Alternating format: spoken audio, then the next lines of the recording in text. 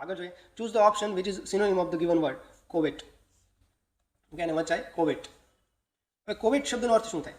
કોવેટ એક વર્બ છે અને કોવેટ શબ્દનો મતલબ એવો થાય કે આમ તો ઈચ્છા જેવું થાય, ઈચ્છા, પણ કેવી ઈચ્છા કે જે કોઈ પ્રખ્યાત વસ્તુ હોય ને, પ્રખ્યાત વસ્તુ એ મેળવવાની ઈચ્છા, એની મહત્વાકાંક્ષા તમને હોય, એ મારી પાસે હોય, એ બીજા પાસે છે, મારી પાસે હોય, તો એને તમે કોવેટ કહો છો. ફોર એક્ઝામ્પલ આઈએસની પોસ્ટ છે, આઈએસની પોસ્ટની બધાની ઈચ્છા હોય, તો આ પોસ્ટને તમે કેવી કહી શકો? કોવેટેડ. ઓકે, એડજેક્ટિવ બનાવ્યું છે મેં કોવેટનું. Coveted post of IAS. Everybody is desiring that post. Okay, desire એની અંદર છે, ધેટ ઇઝ કોવેટ. ઓકે, એનું વિરોધી શું છે? ડિઝાયર એટલે કે લાઇક કરવું, લાઇક કરવું. એનું વિરોધી થાય છે ડિસલાઇક, કે અણગમો. કોવેટનું વિરોધી છે ડિસલાઇક. અને ડિસલાઇક જ્યારે સ્ટ્રોંગ બને ત્યારે તમે એને ડિટેસ્ટ કહો છો.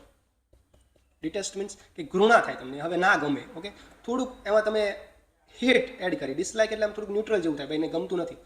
પણ ડિટેસ્ટ એટલે એમાં એની ઇન્ટેન્સિટીમાં તમે વધારો કરો છો. અને હજુ એની ઇન્ટેન્સિટીમાં તમારે વધારો કરવો હોય ને ત્યારે એક શબ્દ છે એભોર.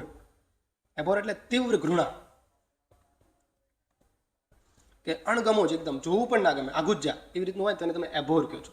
Okay, the laziness must be abhorred like a poison. એ પોઈઝનની જેમ તમારે એને એભોર, લેઝીનેસની ઘૃણા કરવી જોઈએ, આળસની ઘૃણા કરવી જોઈએ. તો એ સેન્સમાં તમે એભોર શબ્દનો યુઝ કરી શકો. અને વચ્ચે એક શબ્દ છે ક્રેવ.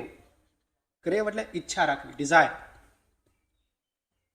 Okay, understood? તો અહીંયા તમે જોઈ શકો છો કે એક જ શબ્દ છે એવો કે એનો સિનોનિમ્સની નજીક છે, તો એ તમે ચૂઝ કરશો ક્રેવ. Option C is the right answer here.